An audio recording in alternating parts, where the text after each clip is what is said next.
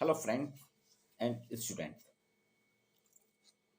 राष्ट्रीय शिक्षा नीति के तहत व्यावसायिक कौशल संवर्धन के लिए जो सरकार की योजना है, स्नातक प्रथम वर्ष के विद्यार्थियों के लिए उसमें बीए, बीकॉम, बीएससी, बीएचएससी सभी आते हैं।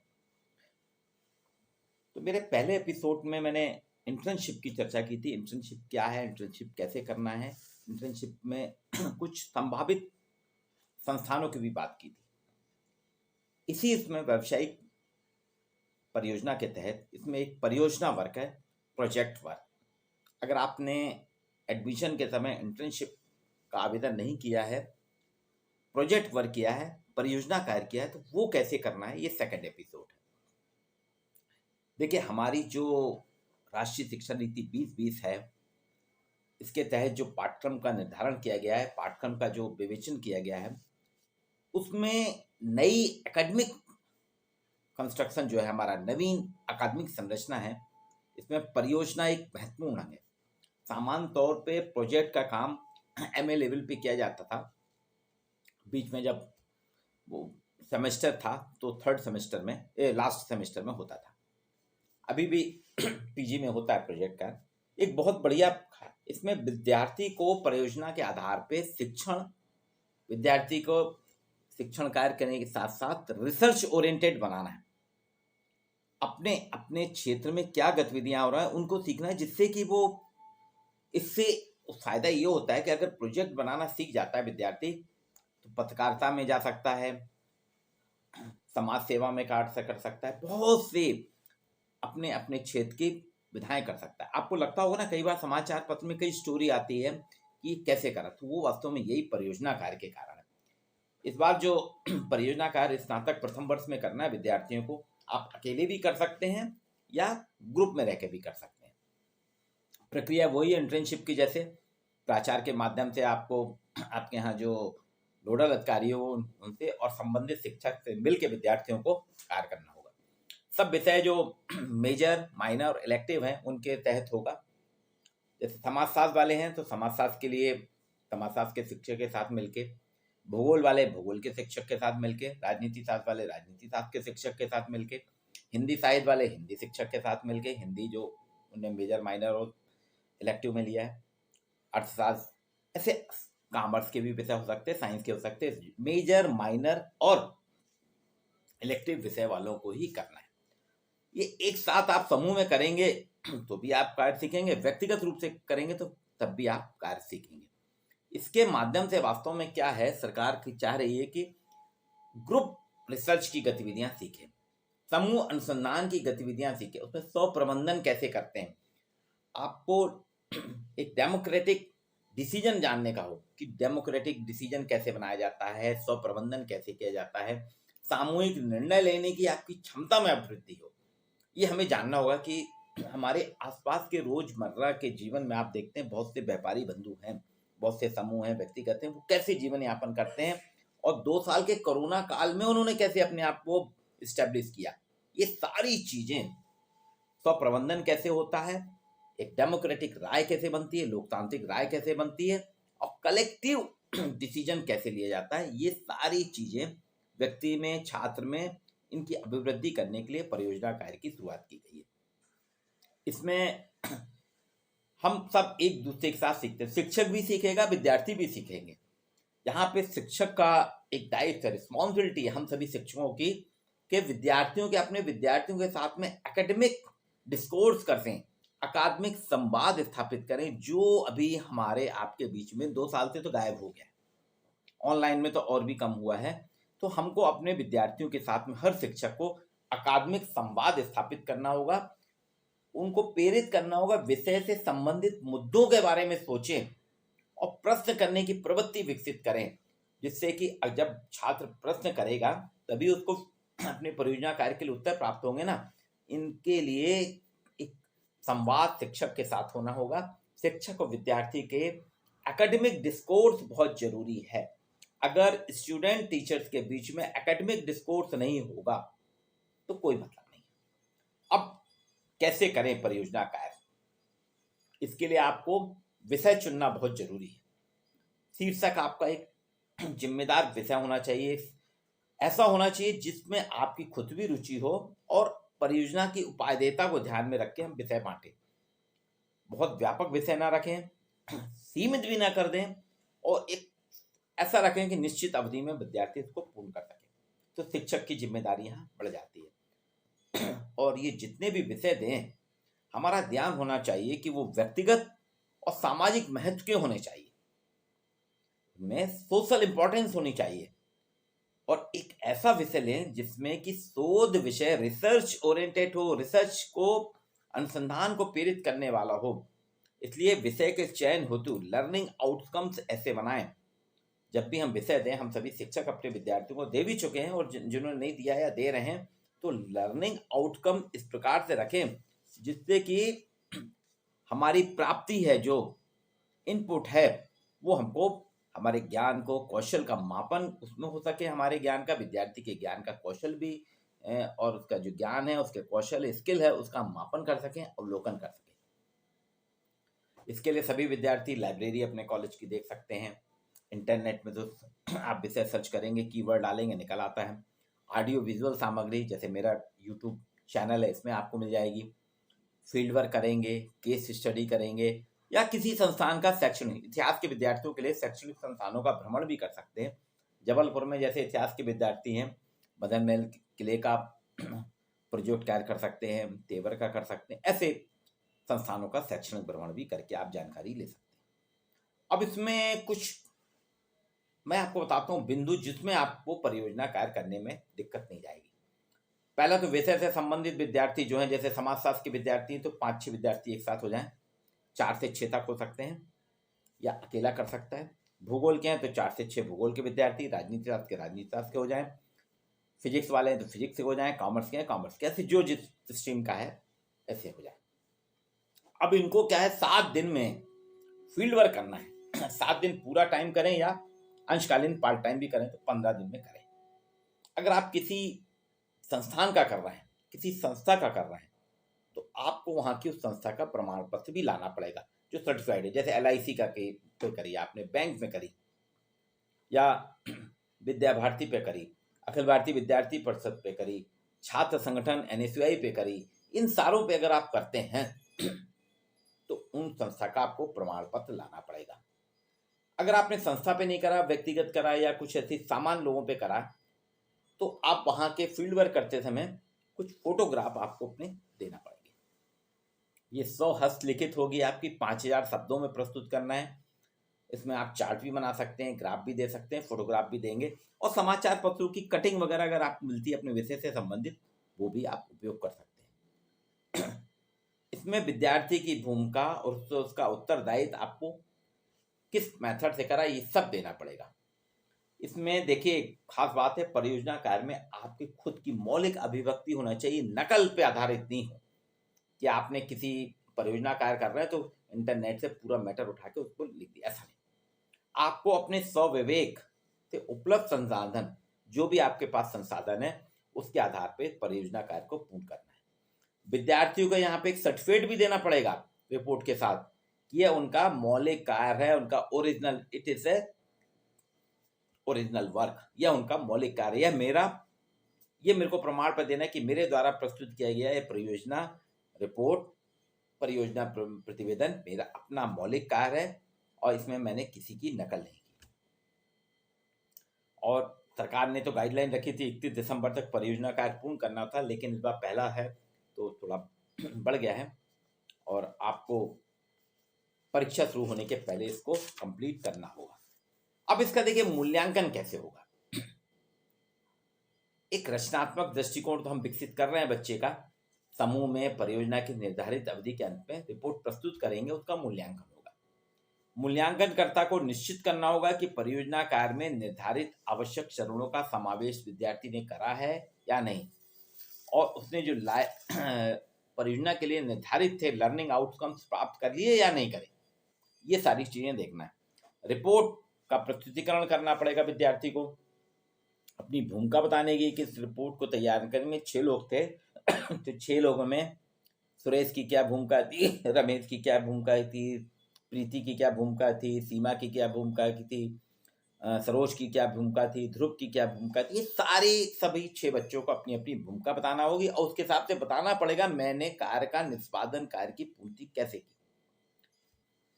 3 प्रतिवेदन देना है, प्रारूप 1, प्रारूप 2, प्रारूप P1, P2, P3 में 15-15 दिन की न्यूनतम ये प्रगति अपने शिक्षक को देना होगा और फिर शिक्षक उसका सतत व्यापक मूल्यांकन करेगा, सतत रूप से, कंटिन्यूअस रूप से उसका मूल्यांकन करेगा और अंत में जो अंतिम रिपोर्ट है P4 वो जमा करने पे विश्वविद्यालय द्वारा जो नामित परीक्षक होगा, शिक्षक होगा, वो आएंगे, उनके सामने आपको रिपोर्ट की प्रस्तुति करना पड़ेगी और उस रिपोर्ट के आधार पे उसका परीक्षण करके बाह्य परीक्षक, इंटरनल, आंतरिक और बाह्य परीक्षक मिलके आपको मूल्यांकन करेंगे, ग्रेड देंगे और बाह्य परीक्षक आपकी मौखिक परीक्षा ले सकते हैं। जो सतत रूप से मूल्यांकन आपके शिक्षक करेंगे कॉलेज के, वो 50 अंकों में करेंगे और जो बाहर से आएंगे विश्वविद्यालय से वो 50 अंकों में करेंगे। 3 जो प्रगति प्रतिवेदन है 50 नंबर के रहेंगे और अंतिम जो प्रोजेक्ट रिपोर्ट है उसका प्रस्तुतिकरण करेंगे, सामूहिक भी करेंगे, ग्रुप में तो ग्रुप में, अकेले अकेले तो 30 अंक आपके प्रोजेक्ट पे चले जाएंगे, 20 अंक आपके मौखिक की। तो बाह्य परीक्षक के पास 20 अंक है और 30 अंक में आपके प्रोजेक्ट पे। तो ये आपको इस प्रकार से काम करना है और ये सरकार ने जो दिया है P1, P2, P3 15-15 दिवस में आप देंगे और P4 आपकी अंतिम रिपोर्ट है। अब इसमें जो उन्होंने दिया है मैं आपको कुछ अभी गाइडलाइन बता देता हूँ। पहला तो प्रारूप G1 है, इंटर्नशिप में भी लगेगा और इसमें भी लगेगा। महाविद्यालय के लेटर हेड जो जैसे केसरवानी कॉलेज का जो लेटर हेड है प्राचार्य जी के हस्ताक्षर से, उसमें पूरा सब कुछ दिनांक दिनांक सब रहेगा और भेजेंगे। वो आपको एक लेटर दे दिया जाएगा कि विषय आपके संस्थान मार्गदर्शन में परियोजना कार्य कर रहा है और विद्यार्थियों के लिए महत्वपूर्ण है, इसमें हम प्रशिक्षण प्राप्त करना चाहते हैं, आप सहमति प्रदान करने का आपसे अनुरोध है। ये आप लेके जाएंगे, विद्यार्थी लेके जाएगा और फिर अनुमति मिलने पे काम करेगा। फिर प्रारूप 2G2 है, उसमें संस्था की जानकारी और उसका सहमति पत्र, संस्थान वहाँ कौन सा है, वहाँ प्रशिक्षक कौन है, संस्था स्वरूप क्या है, निजी है, प्राइवेट है, गवर्नमेंट है, अर्थ गवर्नमेंट है, मार्गदर्शन क्या है, क्या कार्य करना, ये सारी चीज़ें वहाँ के आएंगे, हम आपको जानकारी दे रहे हैं, सहमति पत्र है। G3 एक प्रारूप है, फिर महाविद्यालय के लेटर हेड पे विद्यार्थी को दिया जाएगा कि आपने हमारे यहाँ के विद्यार्थी को प्रशिक्षण की सहमति दी है, हम प्रशिक्षण के लिए भेज रहे हैं आपके पास, उनके संबंधित ज्ञान कौशल की जो जानकारी है आपके यहाँ जो बच्चा प्राप्त कर रहा है, ले रहा है, ज्ञान कौशल प्राप्त किया है, उसकी प्रतिपुष्टि फीडबैक फॉर्म जो हम आपको दे रहे हैं, इस फीडबैक फॉर्म प्रतिपुष्टि फॉर्म में आप उसके बारे में दें। फीडबैक फॉर्म के बारे में बता रहा हूँ, विद्यार्थी की नियमित उपस्थिति पे ग्रेड है, A उत्कृष्ट है, B अच्छा और C सामान्य। विद्यार्थी अगर रेगुलर गया है 7 दिन या पार्ट टाइम 15 दिन ABC तो उसको A मिलेगा, अगर रेगुलर नहीं रहा तो C और B भी मिल सकता है। विद्यार्थी ने कितना सैद्धांतिक ज्ञान प्राप्त किया, कार्यविधि में जो वर्किंग आवर्स था उसमें विद्यार्थी ने क्या कौशल प्राप्त किया, कार्य के प्रति विद्यार्थी की क्या रुचि है, कार्यविधि में विद्यार्थी के सीखने का रवैया, सहकर्मियों के साथ समूह में कैसा सामंजस्य है, विद्यार्थी की ओवरऑल परफॉर्मेंस, ये उनके लिए है जो संस्था से करेंगे। अगर संस्था से नहीं करा आपने तो फिर अब 100 हाथ से हैंड राइटिंग में आपको 500 शब्दों में देना है प्रगति प्रतिवेदन P1 प्रारूप 1। इसमें परियोजना कार्य का परिचय, क्षेत्र कहाँ काम कर रहे हैं, कार्य की योजना क्या है, विद्यार्थियों में अगर ग्रुप में कार्य विभाजन और कार्यस्थल का फील्ड सर्वे करके वहाँ के कुछ फोटोग्राफ, ये सब आपको क्या क्या काम है करना है। आपका उद्देश्य क्या है, अपना उद्देश्य, विशिष्ट उद्देश्य बताइए, है ना, आपने क्या प्राप्त किया, फीडबैक क्या है, ये सब चीज़ें आपको इसमें जानकारी देना पड़ेंगे पहले प्रतिवेदन में। प्रोजेक्ट का द्वितीय प्रगति प्रतिवेदन P2 है, ये 500 शब्दों में, पहला भी 500, ये भी 500 में आपको बताना है कि आपने क्या कार्रवाई की, आप किस स्टेप बाय स्टेप में रिपोर्ट में लिखते जाइए।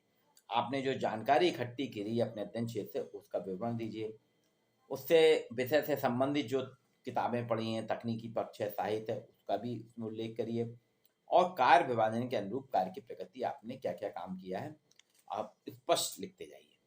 अब तीसरा प्रतिवेदन है प्रारूप 3P3 प्रगति प्रतिवेदन प्रोजेक्ट कार्य का, ये भी 500 शब्दों में रहेगा।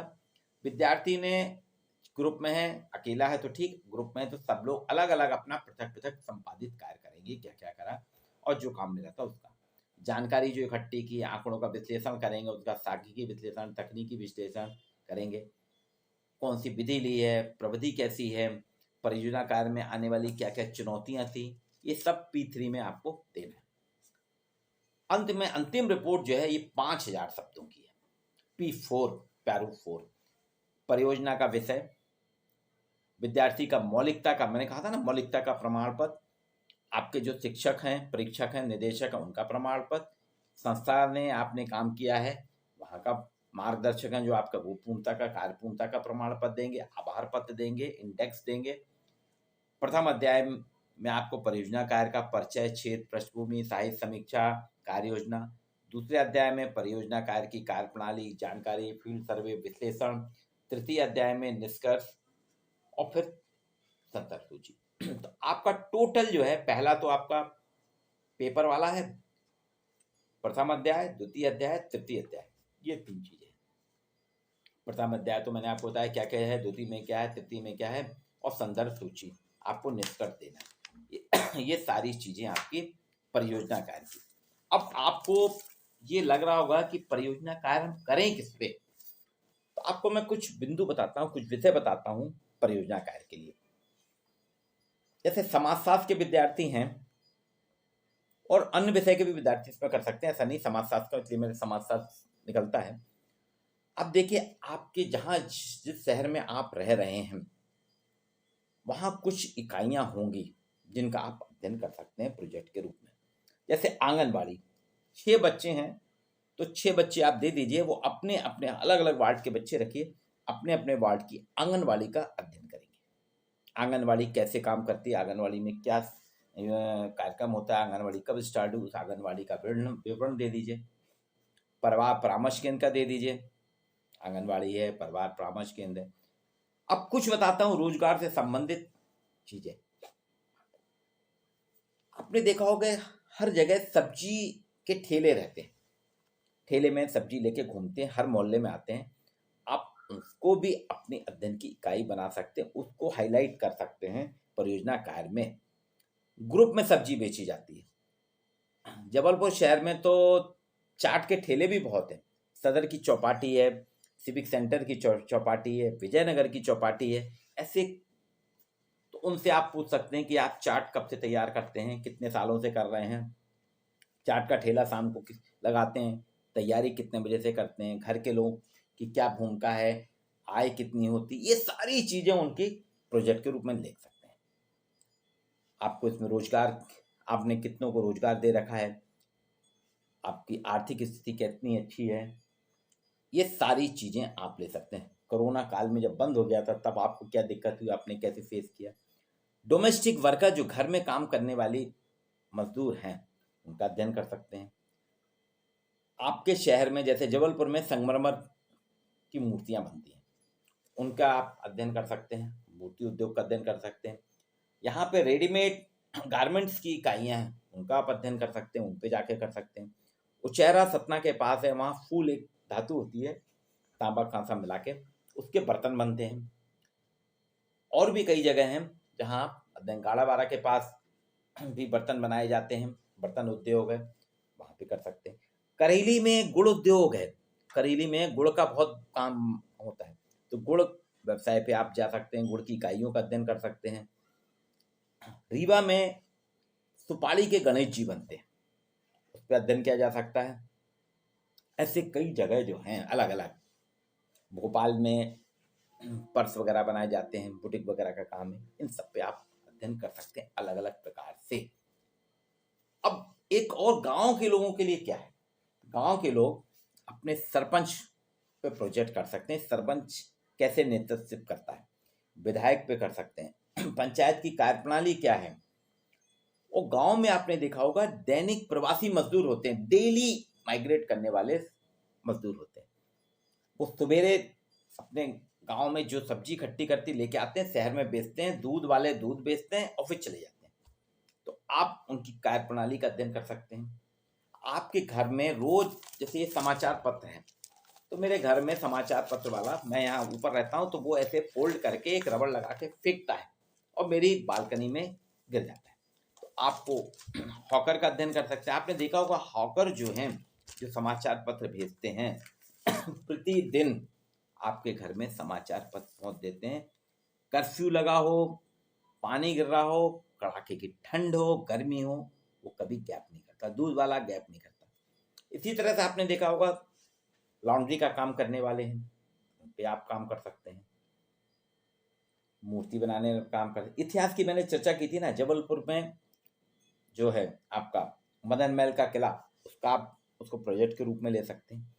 एक और प्रोजेक्ट के रूप में है हमारे यहाँ जो मेले लगते हैं, जैसे भेड़ाघाट का मेला लगता है, मैहर का मेला लगता है, नवरात्रि का मेला लगता है, इन सब मेले, मड़ई मेले का भी आप प्रोजेक्ट के रूप में विवेचन कर सकते हैं। और आपको बताता हूँ, हमारे यहाँ धर्म हमारे जीवन के साथ बहुत जुड़ा हुआ है। ग्रामीण क्षेत्र में तो धर्म बहुत ज़्यादा महत्व रखता है। तो हमारे जो धार्मिक स्थल हैं, मंदिर की देखरेख कैसे चलती है, मंदिर किस तरह से काम करता है, मंदिर में पुजारी की क्या भूमिका है, मंदिर में पूजा पाठ कैसे होती है, मस्जिद का प्रबंधन कैसे होता है, मौलवी जी की क्या भूमिका है, चर्च में पादरी किस तरह से काम करते हैं, चर्च की क्या रूपरेखा है, आरती की, ये सारे धार्मिक संगठनों को, चाहे वो मंदिर हो, चाहे मस्जिद हो, चर्च हो, इनको भी आप परियोजना के रूप में ले सकते हैं। इनका भी विश्लेषण, अभी कोरोना काल में हालत खराब हो गई थी, कई पुजारी, कई मौलवी, कई चर्च के जो पादरी थे, उनके यहाँ चढ़ावा आता है जो लोग चलाते हैं, वो आना बंद हो गया, सब बंद थे, तो उनके लिए भी जीवन यापन एक समस्या थी। कई कथावाचक हैं जो कथा देते हैं, उनकी परियोजना कार्य में उनको ले सकते हैं। आपको ऐसे अपने ड्रीम प्रोजेक्ट देखना होंगे, अपने आसपास के क्षेत्रों में लाइब्रेरी का अध्ययन कर सकते हैं। और तो और कई संगठन हैं, मैंने चर्चा की थी, छात्र संगठनों पे भी आप परियोजना कार्य कर सकते हैं, प्रोजेक्ट कर सकते हैं। बहुत से छात्र संगठन हैं, अखिल भारतीय विद्यार्थी परिषद, उसकी आइडियोलॉजी क्या है, उसकी कार्यप्रणाली क्या है, उसकी मेंबरशिप कैसे होती है, उसकी संरचना कैसी है। NSUI, राष्ट्रीय छात्र संगठन कांग्रेस का जो है, वो कैसे करता है काम, उसकी कार्यप्रणाली क्या है, आंदोलन वो कैसे करते हैं, प्रतिवेदन कैसे लिखते हैं, डेमोन्स्ट्रेशन कैसे करते हैं, इन दोनों और इसके अलावा और भी जो आपके क्षेत्र में हो छात्र संगठन, उनको भी प्रोजेक्ट में ले सकते हैं। और भी कई हैं, सेवा दल है, कांग्रेस का सेवा दल पे काम कर सकते हैं, ब्रह्म कुमारी आश्रम पे काम कर सकते हैं, RSS के बहुत संगठन है, सेवा भारती है, एक सरस्वती स्कूल इनका बहुत बड़ा संगठन है, सरस्वती स्कूल में आप काम कर सकते हैं, विद्या भारती संगठन पे काम कर सकते हैं, विद्या भारती की हर जगह कार्यालय हैं, आप जाइए उनके यहाँ कैसे काम होता है। मिशनरीज पर भी आप काम कर सकते हैं, मिशनरीज अपने स्कूलों का कैसे संचालन करती है, विद्यार्थियों को कैसे, शिक्षकों को कैसे करती, उसकी कर सकते हैं। जो अंजुमन इस्लामिया संस्था है, उस पर आप काम कर सकते हैं, वो कैसे काम कर रही है। सिख पंथ जो है, खालसा के स्कूल हैं, गुरु गोविंद सिंह खालसा, माता गुजरी, इनके स्कूल शैक्षणिक संस्थान है जो, इन सभी पे आप काम करके इनका विश्लेषण कर सकते हैं, इनके बारे में परियोजना कार्य, आप प्रोजेक्ट वर्क कैसे कर सकते हैं। तो ऐसे बहुत सारे विषय हैं आपके आसपास की। अब ये आपको अपने स्वविवेक से चुनना है, आप किस पे काम करना चाहते हैं, उस परियोजना पे कैसे करेंगे, उसके फोटोग्राफ लेना पड़ेगा, उसकी जानकारी लेना पड़ेगा, उससे संबंधित साहित्य रखना पड़ेगा, और आपको अपना एक गाइड बनाना पड़ेगा, एक शिक्षक बनाना पड़ेगा, एक मार्गदर्शक बनाना पड़ेगा। आपके शिक्षक के साथ आप जुड़ेंगे, ये जो दैनिक जीवन से जुड़े हुए हमारे मुद्दे हैं, जिनके साथ जीवन यापन कर रहा है लोग, प्रवासी रूप में काम कर रहे हैं, दैनिक रूप से काम कर रहे हैं, इन सभी के व्यावसायिक कौशल को भी आपको सीखने का मौका मिलेगा, नए नए इनोवेशन भी सीखने को मिलेगा, सामाजिक सांस्कृतिक पुट भी सीखना पड़ेगा। ये दूसरा एपिसोड मैंने आपके साथ परियोजना कार्य पे रखा। अब तीसरा एपिसोड मैं आपको दूंगा सामुदायिक जुड़ाव, कम्युनिटी एसोसिएशन, कम्युनिटी के साथ आपका क्या जुड़ाव है, आपका क्या लगा, उसमें आप क्या कर सकते हैं, वो बताऊंगा। आज के लिए इतना ही, आपको तीसरे एपिसोड की जानकारी जल्दी मिलेगी।